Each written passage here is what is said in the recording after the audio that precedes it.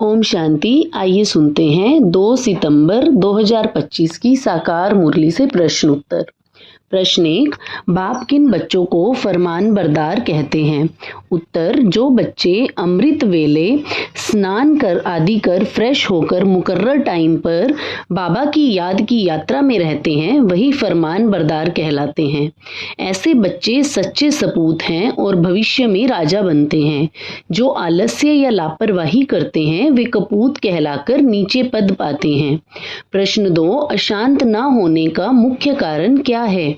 उत्तर, क्योंकि हम ईश्वरीय संतान हैं और विश्व शांति स्थापन का कार्य हमें सौंपा गया है।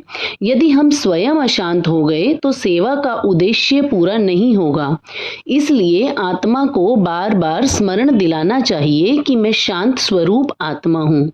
प्रश्न 3, विश्व में वास्तविक शांति कब होती है?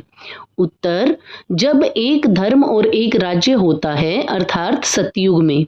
उस समय सभी आत्माएं पवित्र और सुखी होती हैं, इसलिए कोई झगड़ा या क्लेश नहीं होता।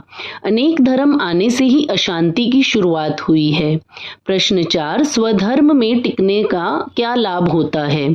उत्तर, आत्मा अपने शाश्वत धर्म शांति और पवित्रता में टिक जाती है तो विकर्म स्वतः भस्म हो जाते हैं। मन को स्थिरता और गहरी शांति प्राप्त होती है जिससे दूसरों पर भी सकारात्मक प्रभाव पड़ता है। प्रश्न 5, भगवान को भी मोक्ष क्यों नहीं मिल सकता? उत्तर, क्योंकि ड्रामा अनुसार भगवान को भी कल्प कल्प संगम युग पर आकर सृष्टि की स्थापना करनी होती है। जब स्वयं भगवान को मोक्ष नहीं है तो बच्चों को भी मोक्ष संभव नहीं। सबको पुनर्जन्म लेना ही है। प्रश्न 6, श्री कृष्ण जन्म के समय की विशेषता क्या है? उत्तर, श्री कृष्ण का जन्म सतयुग में होता है जब संपूर्ण 16 कला संपन्न राज्य चलता है। उस समय धरती पर शांति, सुख और पवित्रता की पूर्णता होती है, इसलिए इसे ही स्वर्ग कहा जाता है। प्रश्न 7, चंद्रमा की कला और युगों की स्थिति में क्या संबंध है? उत्तर, सतयुग पूर्णिमा के समान है जब आत्माएं संपूर्ण गुणों से भरपूर होती हैं। त्रेता में 2 कला कम होने से शोभा घट जाती है और धीरे धीरे अशांति का बीज लगने लगता है।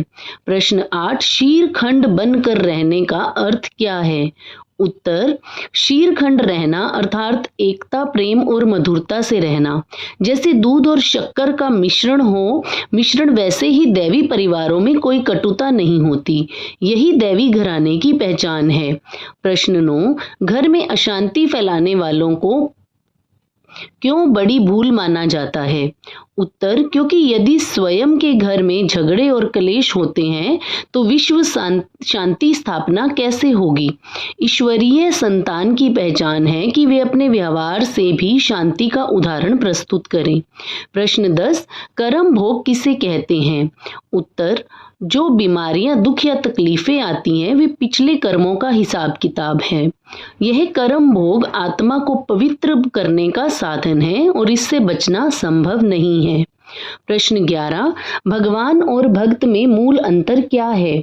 उत्तर, भगवान कभी भी पुजारी या भक्त नहीं बनते। वे सदैव दाता और वर्षा देने वाले हैं। भक्त ही पूजा करते हैं और भगवान को याद करते हैं, इसीलिए भगवान को वर्षा देने वाला पिता कहा जाता है।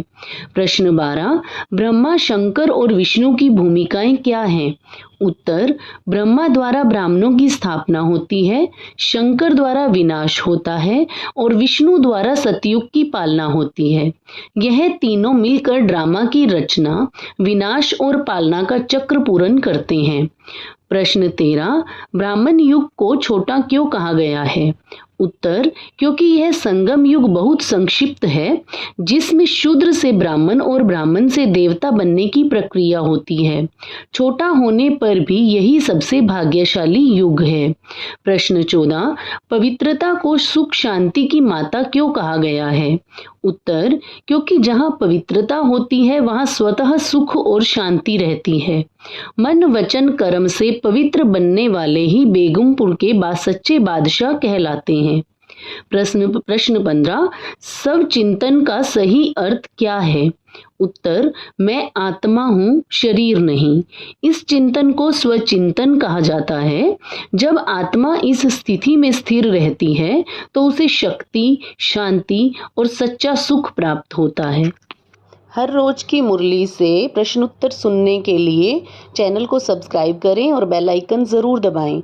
वीडियो को दूसरे भाई बहनों के साथ शेयर ज़रूर करें। ओम शांति।